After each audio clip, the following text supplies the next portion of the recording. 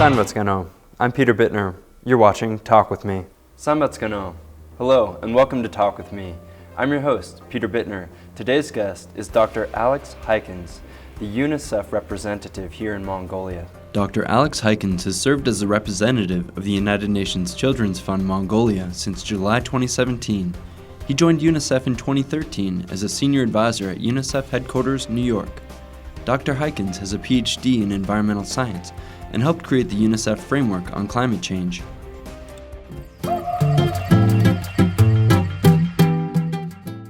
Thanks so much for joining me today on the show. Yeah, glad to be here. Sure. So tell me about the United Nations programs here related to child health and well-being. UNICEF has been already here for many decades, and indeed we have been working for all those years on a whole range of issues, including water and sanitation, health, education, nutrition, child protection. And those programs, what's really important is that you strike the right balance between action on the ground, working directly with the communities, and working with the policymakers in terms of then getting also the right policies and budget allocations and implementation of government programs as well. So we have a whole team here, quite a significant operation, well over 40 people working for UNICEF. And we work indeed a lot directly with government counterparts, with the ministries, but also with governors in the countryside. And we also work, of course, with civil society organizations and increasingly with the private sector as well. So tell me about the wide range of programs that the United Nations Children's Fund is currently implementing here in Mongolia. You said you have over 40 staff members and they must be focusing on a wide range of issues. Yes, and maybe an interesting example is what we do at the provincial level and also in one of the districts here. It's the concept that we roll out around the child-friendly communities, whereby we say it's not only about focusing on one individual sector like water or health, but take a comprehensive approach to look at all the sectors in an integrated manner and figure out what needs to be done in terms of local policies, programs and budget allocations, so that at the local level, better and better the government is able to deliver the services that children require to really blossom and become as good as they can be. And that work is ongoing. We work mostly in Bayan-Zurg district, Kofi Altai, Zafgan and Bayan Kongar province. And the work has been ongoing now for nearly 2 years, and we really start to see initial results. For example, we see now more budget being allocated to to sectors that are really focusing on children, like education and health. And that also then translates, for example, in improved indicators around the number of children going to kindergarten. So taking that comprehensive approach, really integrating the needs of children into government policies, budgets and programs on all those different sectors, we believe is really starting to make a significant difference. That's excellent. Tell me about some of the biggest threats to Mongolian child health and welfare. The air pollution situation is definitely the biggest threat at the moment. And I think what we need to realize is that this has been now ongoing for about 15 years. And that means that many children living in the city, and not only in Ulaanbaatar, but also in IMAG centers and in some of the SUM centers, have been breathing nothing else but severely polluted air every winter. And as you know all too well, the winter is long. It's easily 4, 5, 6 months that we have severely polluted air during parts of the days. And it means you have a whole generation of children that has been growing up like this.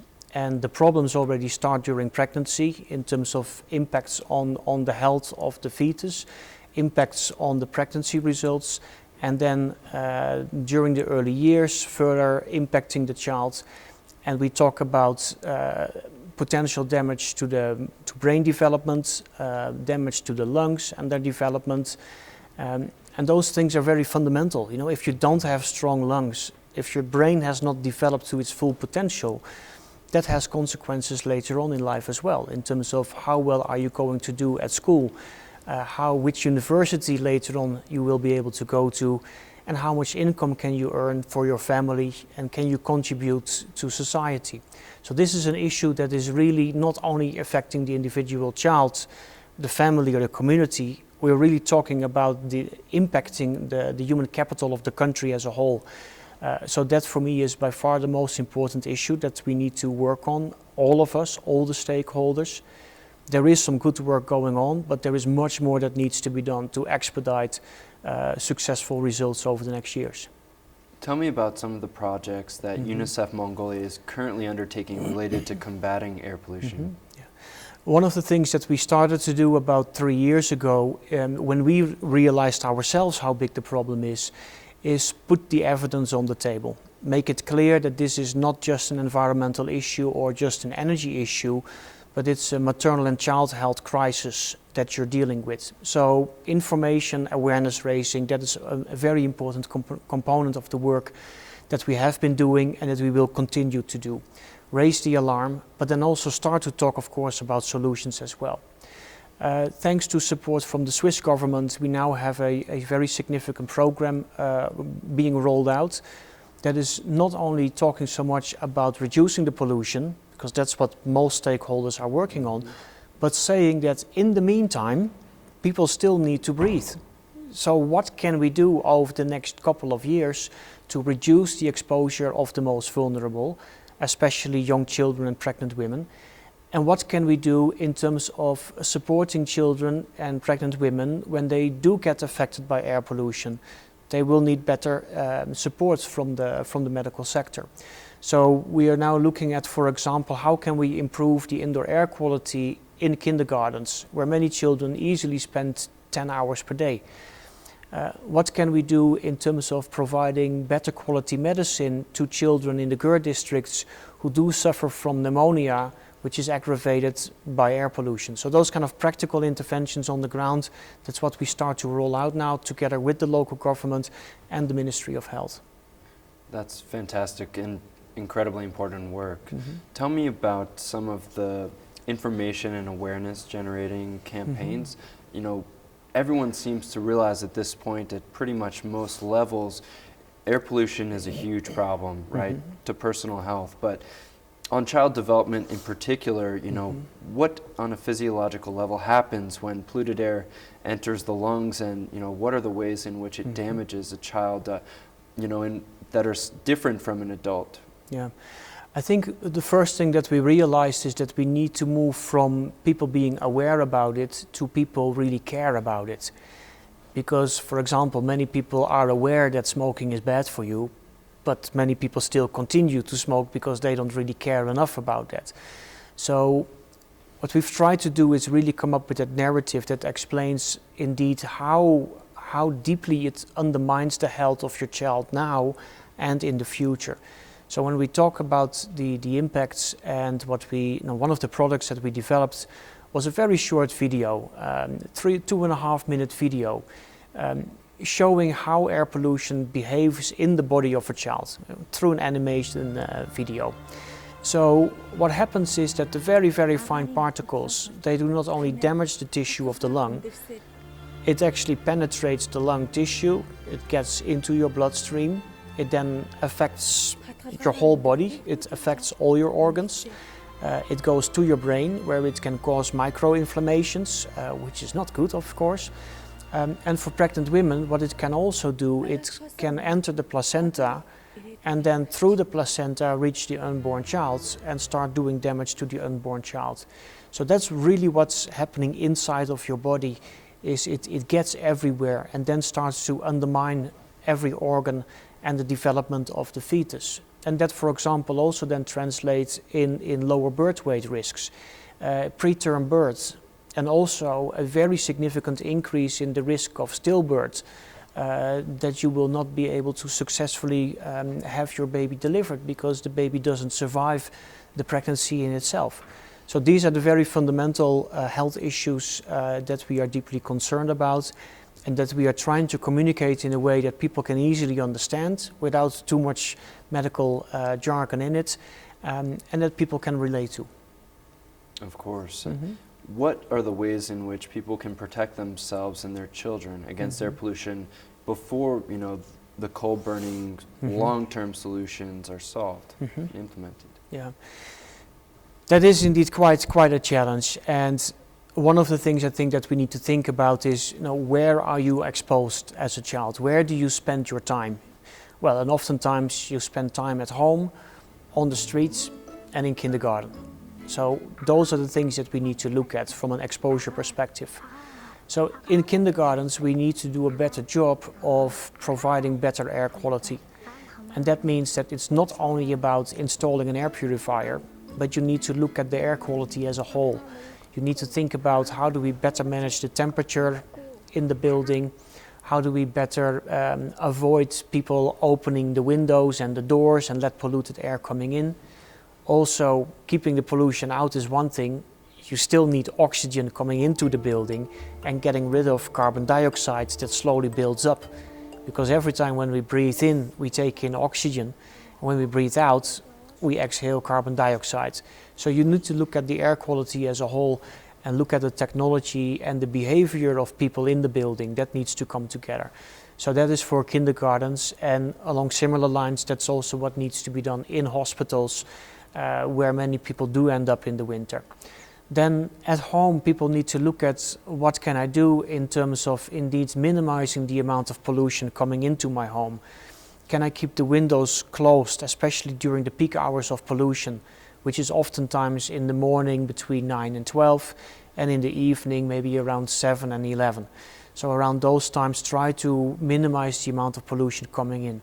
If you can afford an air purifier, look for that. See if it does make a difference. Try to also have a monitoring device to see what the situation is in your home. So those things you can look at home. Then on the streets, there you have very little options, and there is always a discussion going around about the use of face masks. What we are saying is that as UNICEF, it's the only thing you can do.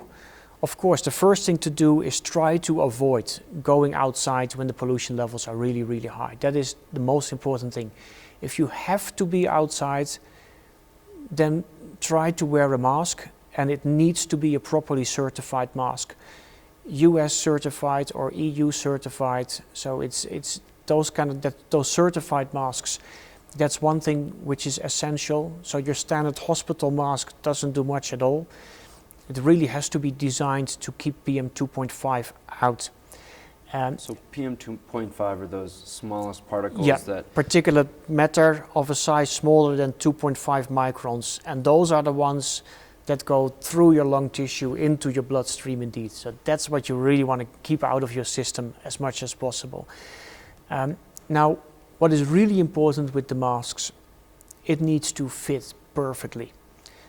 The moment you have any kind of gaps or holes around your nose or over here, then when you breathe in, all the air is still going through that, and then basically your mask is giving you a false sense of protection.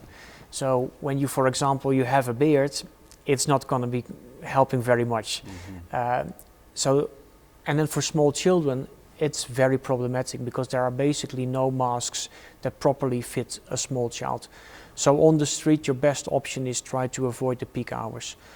And then finally, there is also increasing evidence that when you are exposed to polluted air, although it will not protect you completely, but eating a diet that is very rich in vitamins and very rich in omega-3 will also help a little bit with protecting you against the worst effects of air pollution.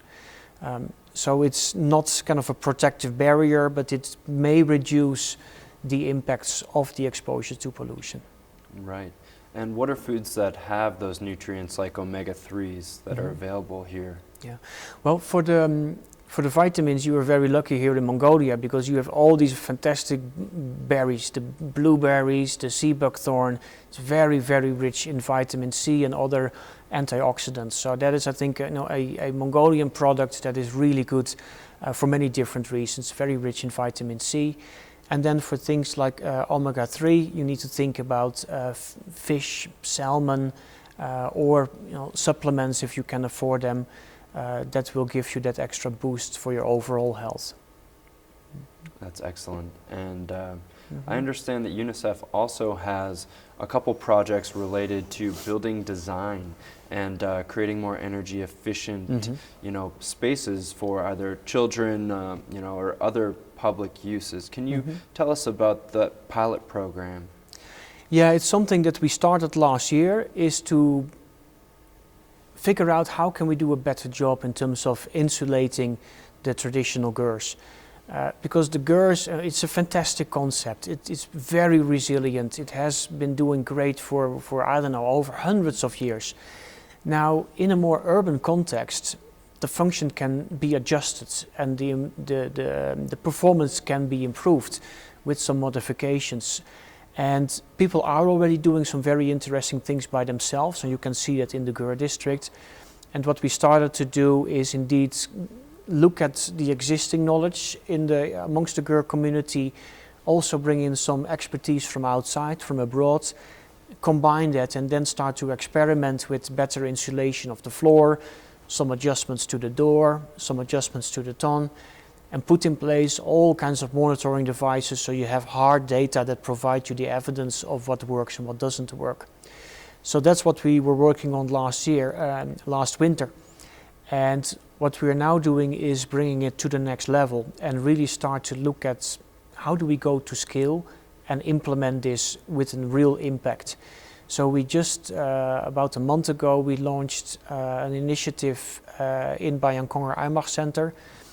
Bayankonger Aimag Center is also suffering from severe air pollution. The governor and the mayor, they have made a commitment to reduce the air pollution dramatically over the next few years, and UNICEF, with support from Switzerland, is committed to provide all the support that we can to make that happen. So what we aim is to take what we learned in terms of the design last winter, take that to Bayankonger Aimag Center, and then really start to roll that out at scale, so that hopefully within a few years we will see a dramatic improvement in the air quality in Bayankonger Aimag Center, and hopefully that will then also serve as inspiration and as learning for other Aimag centers, SUM centers, and probably also for UB itself. So there are multiple interventions planned in that next pilot then. What levels are those interventions at? We are really looking at the whole Aimag Center. So we are dealing with about, I believe it's around 7,000 families that live in the GER district, and about 6,000 of them, they live in the GERs. So that is one kind of group of households that we need to work with. And of course the leadership from the local government and from the community, plus the local private sector, will be critical to success. Then of course you also have a significant number of households living in the Bashan. That also needs attention, and for that we will be looking also at other development partners and NGOs who are already working in that space in other places. So we take a whole city approach, and as UNICEF we start focusing on the GER district, on the GER residents, because that's where you also have the poorest families who need most our support. That's right, and that's a really good point. There is an inequality issue as well with the exposure to air pollution, and certainly with privilege and greater income, there is the ability for expats and wealthy Mongolians as well to really escape some of the worst impacts because of the concentration of kind of the most dire impacts in families that are least privileged. There are a certain number of other implications for that, right, in terms of the families who need healthcare the most may not be able to afford it as well for their children. Are there things that UNICEF is working with the government of Mongolia at any level to really focus on the communities that are most vulnerable? Yeah, those are indeed very important points because those are the families who often live in the most polluted parts of the cities, and those are the ones who have the least financial means to address the issues. You also talk about a lot of single women with their children, making it difficult for them to take time off to look after their children, and with small income really being challenged to provide the necessary support to their children. So we are also, this winter we have been piloting with the Ministry of Health to provide affordable medicine to those families who were affected by, for example, by pneumonia. And because what often happens that there are issues around the subsidies related to the medicine that they would need. And if the pharmacies run out of subsidy, then later on in the month, the families who need it most cannot get subsidies anymore for the medicine. And then what happens, they will either delay the purchase of medicine or they only purchase half of the prescription, which of course also brings all kinds of new problems with it. So figuring out with the government on how we can address that and start to experiment with providing better quality medicine, and then more importantly then figure out how do we then make adjustments to the existing policies and programs so it becomes affordable for everybody that really needs that additional support. Along the same line is of course also the interventions that we need to actually reduce the pollution. When we talk about, for example, the need for better insulation of your GER and buying electric heaters, for example, well, that's easier said than done. You still have to put up the money up front for those types of investments. Now we also know from decades of development experience across the world, giving things away for free to communities is not sustainable and it doesn't work. So you do need to find and strike the right balance between how much should they contribute themselves and how much should be subsidized by the government and or together with development partners. So that kind of financial support mechanism for the poorest in the communities to access that type of technologies to reduce their own contribution to the pollution is something else that we are starting to work on, and hopefully we have an idea of how we can go about it by the end of this year. I see. And in your long-term discussions about really reducing coal burning in the GER areas, are there programs that you've launched or are in the process of currently developing that target the coal burning itself? That is indeed what we are going to do and have started now in Bayankongar IMAG Center. And what we have agreed with the government is that together we are really going to focus on 100% coal-free GER district. The whole city needs to become coal-free. How is that possible? That means that you have only one option, and that is largely switching to electric heating. Now that is easier said than done, because for that you need to have access to electricity, you need to have the power system need to be able to handle the load, you need to have night tariff meters, you need to have well-insulated homes, you need to have the electric heaters in the homes. So there's a lot that needs to be done. But if we are not clear on that vision, then we are not going to work towards it. So we do need to be very ambitious and recognize that the only option to provide safe air to children is to stop burning coal in the city. That needs to be the vision. And especially in a smaller place like Bayankongar city with 30 to 40,000 people, it is something that I think is doable within the next 4 years. And that means we just have to go for it. And I'm sure we will end up with all kinds of challenges and problems that we need to address. And then we will find a way of addressing those. That's just what needs to be done. And there is, I think, full support also from the communities. We were launching this initiative last month. And also the elderly were telling me that they were very, very excited about it, because it's also for them a real struggle in the winter, because elderly, just like small children, they're very sensitive to air pollution. So they also really look forward to having some clean air during the winter. Of course, yeah, who doesn't really? So let's transition. Besides air pollution, UNICEF Mongolia has so many other initiatives that they're focusing on related to education, to nutrition. Could you discuss some of the other programs that are ongoing? I think a new area of work for many countries and also here in Mongolia is online child protection. Because we all know how much time we spend on the internet, and that certainly counts for the youngest generation. I have 2 kids myself, and they also spend a lot of time on the internet. And also as a parent myself, I need to recognize that I don't know so well what's going on the internet. You know, we live in the same year, but we live in a different age. And I think it's really challenging for parents to understand what's going on social media, on the internet, and how they can help their children to figure out how to live their lives on the internet, in social media. What's the code of conduct? What do you do when you're not really sure about with whom you are kind of speaking or interacting on the other side of the line? That person may be somewhere literally on the other side of the planet and you don't really know. So there's so many uncertainties for children to figure out on the internet. And we are aware of so many problems that children are dealing with in terms of online bullying, grooming, sexual exploitation. So this is a rapidly emerging area of concern and an area of work where UNICEF is very actively involved, together with government counterparts and also here with the private sector, with the internet providers, and also really working with parents so that they also become better informed about what's going on the internet today and how are things developing and how can they provide more and better support to their children. So what are some tips that you and your colleagues offer to parents you know, that have kids that are spending a lot of time with screens in front of them?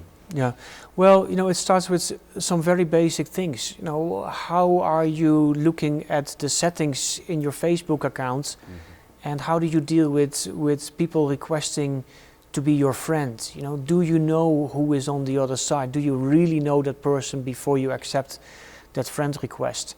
Recently, there was a big campaign, Unfriend.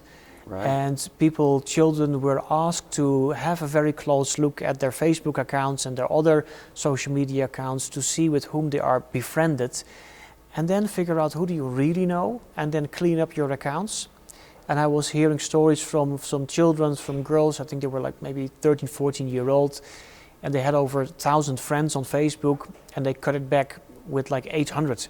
Wow. Because most of them they actually didn't really know. So helping them with these very practical things of how do you do the settings right on your account, oftentimes struggling with the English kind of guidance that is there, and then with you know, that makes it difficult for them. And then, okay, really do you know with whom you're interacting, and providing some practical advice on that. Has there been a surge in online crimes targeting children in Mongolia recently? I have the impression that we see more and more problems. Also through the 101 helpline, we hear indeed more and more complaints and problems of children online. And you know, the helpline is really important for us in that sense, because it gives us a sense of what is it really that children are struggling with. Is it domestic violence? Is it bullying at school? Is it online issues that they're struggling with? So yeah, information through the helpline also really helps us to understand, you know, what keeps them awake at night and what is it that we need to focus on. And yes, the impression is that they are more and more running into difficulties through social media. Tell me about the helpline. When did that start and who operates it? Yeah. I'm not really sure when exactly the helpline was established. I think it was a few years ago. And you know, different development partners have been supporting the helpline. It's a government-led helpline, and also private sector has been involved with establishing it. Mobicom helped with that. So it's been, you know, a concerted effort by stakeholders to get that helpline really up and running. And I think the helpline is doing a great job already. And we need to figure out how we can do even more with the helpline. Because at the moment, for example, the helpline is still limited to an old-fashioned system in a sense of calling the helpline. Whereas we know that most children are more and more interacting through social media. So we need to figure out how can we also bring interaction with the helpline through social media, because that's more and more how children communicate these days. So we're off to a good start. And we need to transition into that social media perspective, not only in terms of understanding their problems, but also how do we engage with children through the helpline with social media. Let's talk about some of the other threats to health, including malnutrition, right? This is a problem in Mongolia and in many countries in Mongolia in particular for a number of reasons due to, a climate and a diet traditionally of lots of meats, right, and simple doughs and rice and grains, that are fairly simple starches, right? Can you talk about some of the issues that children suffer related to diet? Yeah, we have quite a unique situation here in Mongolia, whereby on one hand you still have, of course, a significant part of the population living in the countryside and having quite a traditional lifestyle. And then at the same time we already have over 60% of the population living in urban areas, and most of them here in Ulaanbaatar. So last year we launched a report together with the government that assessed the overall nutritional situation in the country, and what we saw was very mixed messages. On one hand, you indeed have malnutrition issues, particularly concerning is micronutrient deficiencies, so vitamin deficiencies, vitamin D for example, and also iron deficiencies. And then on the other hand, you also have a very sharp rise in obesity. And for example, amongst school-going children, obesity levels are around 25%. And then to make it even more complicated, what you often see is that obesity goes together with micronutrient deficiency. So you have two things going on at the same time in the same child. And of course the change in lifestyle, from a countryside lifestyle to an urban lifestyle with exposure to much more fast food, for example, sugary drinks, and then much more sitting inside, sitting in your home, sitting behind your computer, sitting in school, not a very active lifestyle. Of course, that does not really help with burning all those calories that you take in from still that very heavy meat and fat-based diet, combined with lots of noodles and sugar and other high-calorie food intake. So yeah, there's quite a lot that needs to be done. What I also found very interesting and disturbing is when you look at acute malnutrition. It's something that most people do not associate Mongolia with as a middle-income country, but there is still acute malnutrition in Mongolia, and often that is actually in the big cities. That is not in the countryside, but it's in the Gur districts where you do find the acute malnutrition levels more compared to the countryside. And we believe that has to do with that in the countryside people still often have access to some foods, either from their own livestock or maybe from a family member. But when you're on your own by yourself in the Gur district in Ulaanbaatar, you don't have any livestock, you don't have any direct access to foods, because you may be working as a taxi driver, or you are a cleaner, or some other small job. So there actually the risks of acute malnutrition turn out to be higher compared to the countryside these days. Wow, that's fascinating. What qualifies as acute malnutrition? Are there, I guess, indicators, for example, that parents can really look out for to really observe their child's needs, nutritionally? I think what is really important for parents is take your children regularly to the family health doctor and make sure that happens, so that the doctor can properly screen your child on all the parameters. Or how is the lung function, how is the body weight, how is the ratio between body weight and length, between growth. Is the length and age, is that in sync with each other? So it's looking at those different parameters all together. And I think the best thing you can do as a parent is make sure that you have those regular checkups with your child, especially your young children, so that you get that expert view on how well is your child doing and what needs to be done in terms of some additional food supplements or additional medicine if there is a problem with the lung function, which we see a lot in the Gur district.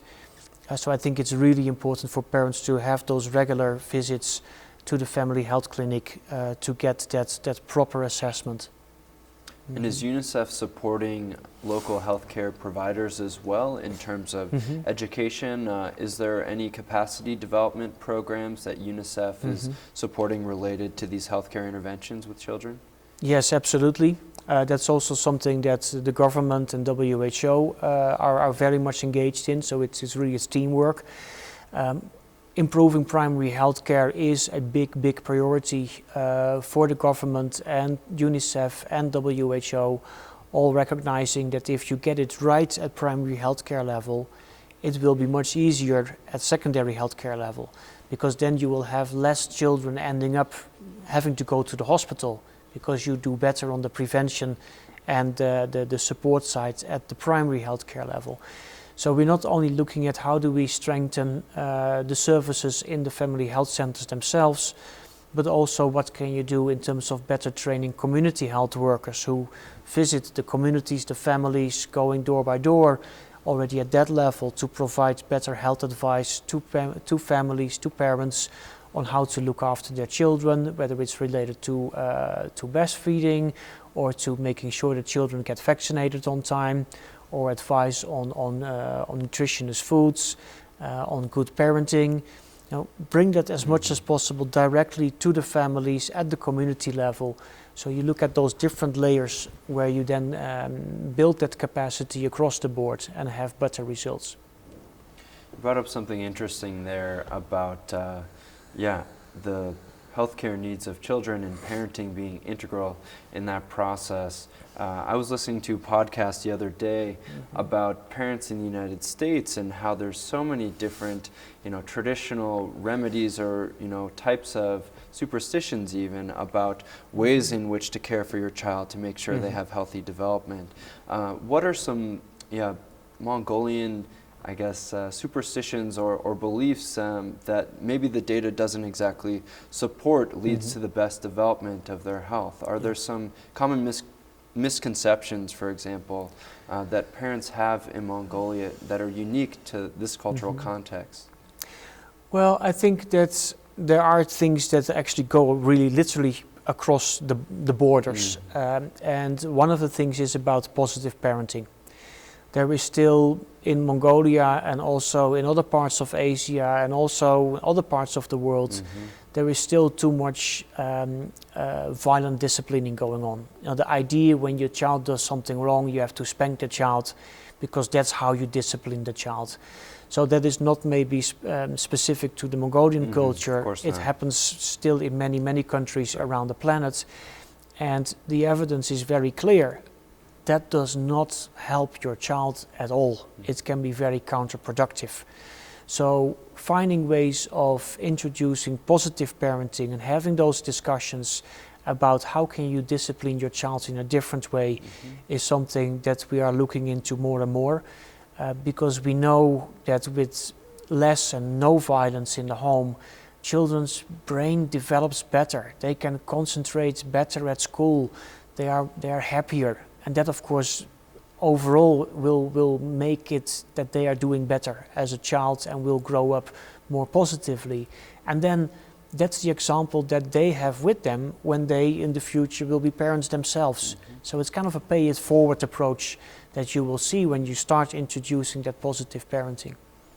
Yeah, that's a fantastic example, and one that in the United States as well is very well supported by research that spanking does not work. It's not effective form of discipline by any means. Thanks for that example. In recognition of Children's Day and this important 30th anniversary, what message would you give to the parents and people of Mongolia on behalf of UNICEF, Dr. Хайкенс? Yeah. Let me start with a message to the children, because I think that is for us the most important thing also as parents and as government officials. This is their time. And I think more and more we recognize that children have so much to offer. And very soon they will be in that position, no longer as children, but as young professionals leading the way forwards. And I think that for me, for children, it is about children step it up, take every opportunity that you can get in terms of education, in terms of learning, in terms of being part of the community, and speak up. Let them hear what you have to say, what you care about, and then really actively contribute to solutions. So I think that is really what I hope that children will do more and more, and UNICEF will continue to support them with that. I think for parents, it's all about really creating that environment for your children to become as good as they can. And that we need to recognize that today is different from 20 years ago. This is a new age, and we need to embrace what's happening right now, also with regard to the latest in social media, the internet, the new learning opportunities for children, and help them as much as possible to lift them up so they really get to their full potential. Well said. Thank you so much for joining us today. Thank you. It's a pleasure. Fantastic. That does it for today's episode. That was Dr. Alex Хайкенс, the representative of UNICEF Mongolia, the United Nations Children's Fund. I'm your host, Peter Bittner. You can connect with us on our Facebook page at Talk With Me Star TV Mongolia. You can also watch this episode and many others on our YouTube page, Star TV HD. Thank you for joining us at home, and we hope you'll tune in again next time. Bye.